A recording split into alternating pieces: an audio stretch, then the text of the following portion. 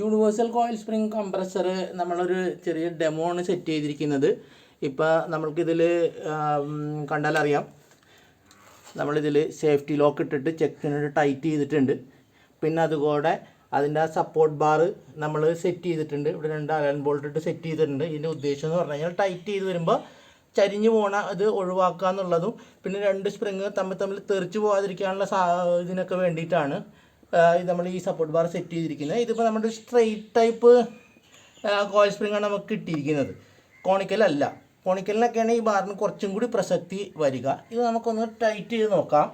നമ്മളിതിപ്പോൾ ഇത് ഗണ്ണിൽ ഉപയോഗിക്കാവുന്നതാണ്, പക്ഷേ നമ്മുടെ അടുത്തിപ്പോൾ ഗണ്ണ് അവൈലബിൾ അല്ലാത്തതുകൊണ്ട് നമ്മളിത് സ്പാൻഡറിൽ തന്നെ ചെയ്യുന്നത്.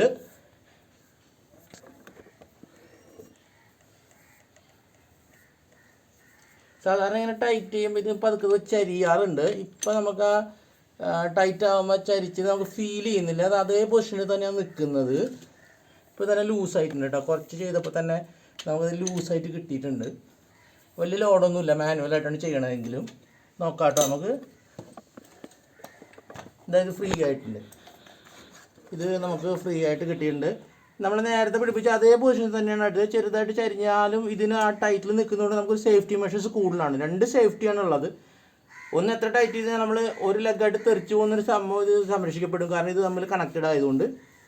അടുത്തത് നമുക്ക് എന്തൊക്കെ സംഭവിച്ചു കഴിഞ്ഞാലും ഈ ക്ലാമ്പിനുള്ളത് ഇത് തെറിച്ച് പോകുന്നില്ല എന്നുള്ളതും അതൊരു സേഫ്റ്റി മെഷറാണ്.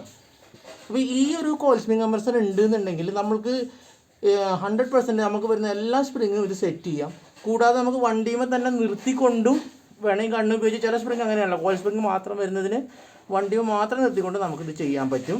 ഈ ഐറ്റം ഇപ്പോൾ നമ്മുടെ അടുത്ത് അവൈലബിൾ ആണ്.